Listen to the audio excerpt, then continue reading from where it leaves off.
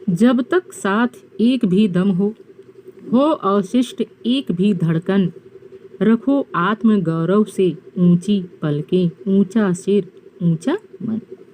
एक बूंद भी रक्त शेष हो जब तक मन में हे शत्रुंजय, दीन वचन मुख से न उचारो, मानो नहीं मृत्यु का भय।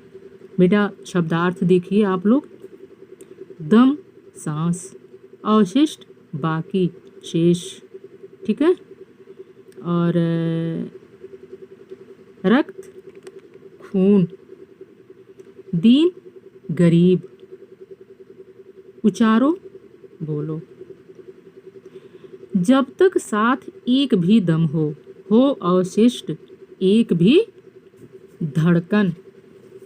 इस पद्यांश में कवि लोगों को स्वाभिमान के साथ जीवन जीने का संदेश दे रहे हैं और कह रहे हैं कि जब तक साथ एक भी दम हो, हे मातृभूमि से प्रेम करने वाले, हे मातृभूमि से अनुराग करने वाले भाई, जब तक तुम में एक भी सांस शेष बची है, जब तक तुम्हारे अंदर एक भी सांस शेष बची है, हो अवशिष्ट एक भी धड़कन और तुम्हारे शरीर में एक भी स्पंदन शेष है, एक भी धड़कन बचा हुआ है, तब तक तुम दीनता का जीवन मत व्यतीत करो, तब तक तुम दीनता का जीवन मत व्यतीत करो।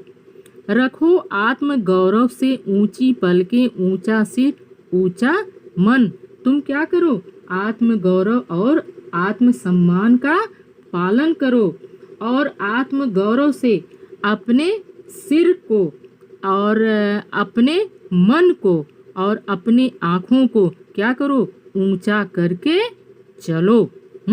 तुम आत्म गौरव से अपने सिर को और अपने मन को और अपने आँखों को ऊंचा करके चलो।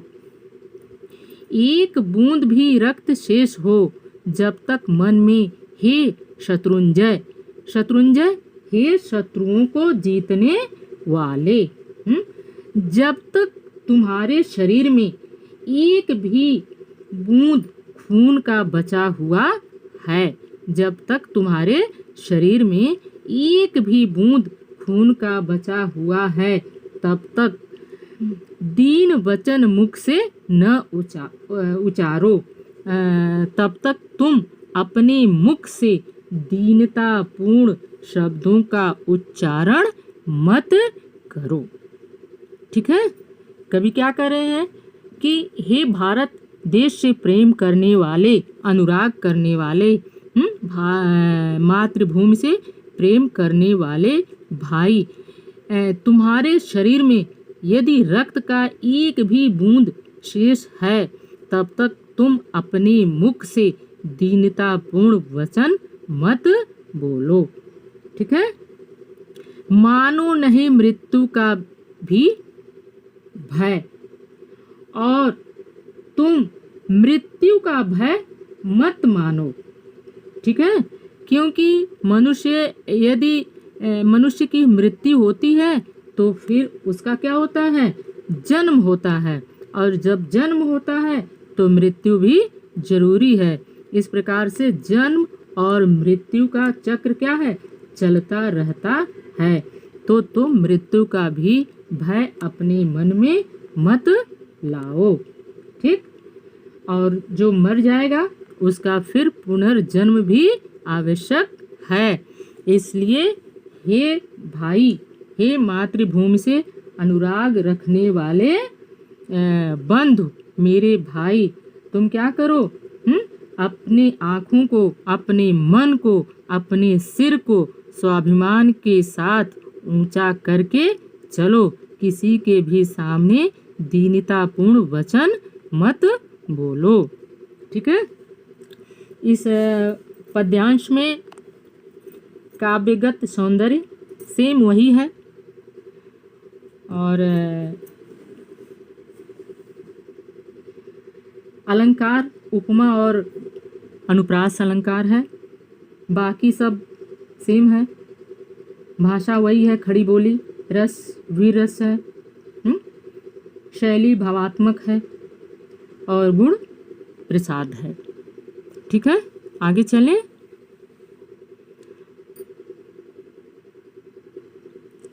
निर्भय स्वागत करो मृत्यु का, मृत्यु एक विश्राम स्थल, जीव जहां से फिर चलता है, धारण कर नव जीवन संबल।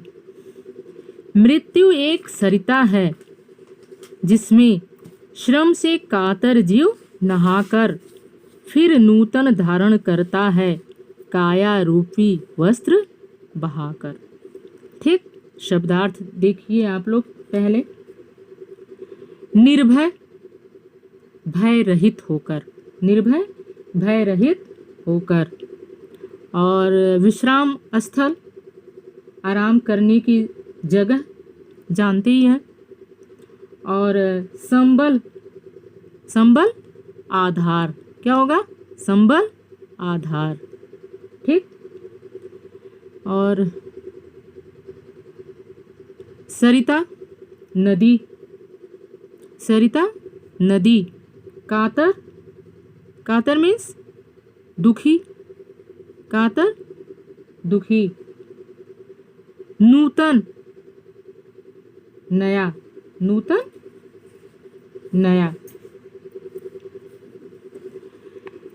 निर्भय स्वागत करो मृत्यु का, मृत्यु एक है विश्राम स्थल। प्रस्तुत पद्यांश में कवि देशवासियों से कहते हैं कि तुम सब कुछ अपना सर्वस्व अपने देश के ऊपर, अपनी मातृभूमि के ऊपर न्यौछावर कर दो।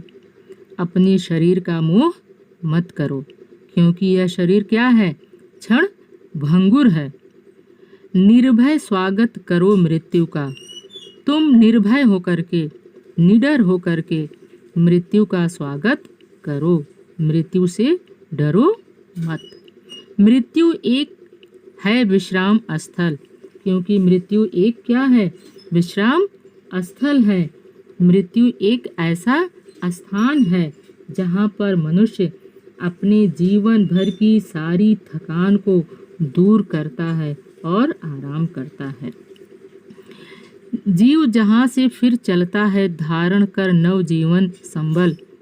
कवि कहते हैं कि मृत्यु एक ऐसा स्थान है जहाँ से यह जीवात्मा नए जीवन का आधार धारण करके, ग्रहण करके फिर वहाँ से वापस चलता है। कवि कह रहे हैं कि मृत्यु एक ऐसा स्थान है कि उस स्थान से यह जीवात्मा नए जीवन का आधार धारण करके फिर वहाँ से वापस आता है। अर्थात अगर मृत्यु हुई है तो मनुष्य का पुनर्जन्म भी निश्चित है। मृत्यु एक सरिता है जिसमें श्रम से कातर जीव नहाकर। कवि कहते हैं कि मृत्यु एक क्या है? सरिता है, एक ऐसी नदी है जिसमें श्रम से कातर जीव नहाकर, जिसमें स्नान करके मानव अपने जीवन भर के परिश्रम और थकान को क्या करता है? त्याग देता है। मृत्यु एक ऐसी सरिता है, नदी है। फिर नूतन धारण करता है, फिर नूतन मीन्स नया, नया शरीर धारण करता है। फिर क्या करता है? नया शरीर धारण करता है, काया रूपी वस्त्र बहाकर, काया रूपी वस्त्रों को बहाकर। ठीक है, अर्थात जैसे हम कपड़े पहनते हैं, कपड़ा पुराना हो जाता है, फट जाता है, तो हम क्या करते हैं? उसे फेंक देते हैं, छोड़ देते हैं। उसी प्रकार से ये जीवात्मा जब हमारी शरीर जीर्ण हो जाती है, रोगग्रस्त हो जाती है, तो उसे त्याग करके, उसे छोड़ करके नए शरीर को धारण कर लेती है। ठीक है, इसलिए कवि देशवासियों से कहते हैं कि तुम मृत्यु से डरो मत, बल्कि क्या करो, निर्भय होकर के, निडर होकर के उसका स्वागत करो, क्योंकि अगर मृत्यु हुई है तो फिर तुम्हारा पुनर्जन्म भी जरूरी है। ठीक है, इस पद्यांश में भाषा सेम साहित्यिक खड़ी बोली है। रस शांत रस है, क्योंकि जीवात्मा और परमात्मा की बात कही गई है। अलंकार अनुप्रास, रूपक और श्लेष अलंकार का प्रयोग कवि ने किया है। ठीक, आगे चलें। देखो, सच्चा प्रेम वही है जिसकी तृप्ति आत्म बल पर हो निर्भर। त्याग बिना निष्प्राण प्रेम है, करो प्रेम पर प्राण निछावर। देश प्रेम वह पुण्य क्षेत्र है, अमल असीम त्याग से विलसित। आत्मा के विकास से जिसमें मनुष्यता होती है विकसित। बच्चों, पहले आप लोग शब्दार्थ देखिए। तृप्ति संतोष, आत्मबल आत्मसमर्पण, निष्प्राण प्राण रहित, पुण्य क्षेत्र पवित्र स्थान, अमल निर्मल, विलसित सुशोभित। इस पद्यांश में कवि ने सच्चे देश प्रेम के लिए त्याग और बलिदान जैसे गुणों को आवश्यक माना है। सच्चा प्रेम वही है जिसकी तृप्ति आत्म बल पर हो निर्भर। कवि कहते हैं कि सच्चा प्रेम उसी को कहा जाता है जिसका संतोष है आत्म बल पर निर्भर हो। सच्चा प्रेम उसी को कहा जाता है जिसका संतोष आत्म बल पर निर्भर हो, अर्थात जिसमें आत्मसमर्पण की भावना कूट कूट कर भरी हो, क्योंकि आत्मसमर्पण के अभाव में प्रेम को सच्चा नहीं कहा जा सकता है। सच्चे प्रेम के लिए आत्म बलिदान आवश्यक है। त्याग बिना निष्प्राण प्रेम है। कवि कहते हैं कि त्याग के बिना प्रेम क्या है, निष्प्राण है, निर्जीव है। त्याग के बिना प्रेम निष्प्राण है, निर्जीव है। इसलिए करो प्रेम पर प्राण निछावर। इसलिए प्रेम पर अपने प्राणों को न्यौछावर कर दो, अपने प्राणों की बाजी लगा दो। सच्चे प्रेम पर अपने प्राणों की बाजी लगा दो। देश प्रेम वह पुण्य क्षेत्र है। कवि कह रहे हैं कि देश प्रेम ऐसा पवित्र स्थान है, पुण्य क्षेत्र है, ऐसा पवित्र स्थान है जो अमल, निर्मलता और असीम सीमा रहित, ठीक है, त्याग से विलसित, त्याग जैसे गुणों से सुशोभित होता है। आत्मा के विकास से जिसमें मनुष्यता होती है विकसित। आत्मा के विकास से कवि कह रहे हैं कि देश प्रेम वह पवित्र भावना है जिससे मनुष्य की आत्मा विकसित होती है, मनुष्यता होती है विकसित, और जो मनुष्य में मानवता और मनुष्यता के विकास के लिए आवश्यक होती है। अतः मनुष्य में मानवता का पूर्ण विकास हो, इसके लिए उसमें देश प्रेम की भावना परम आवश्यक है। ठीक, इस पद्यांश में भी भाषा सरल खड़ी बोली है और शैली भावात्मक है।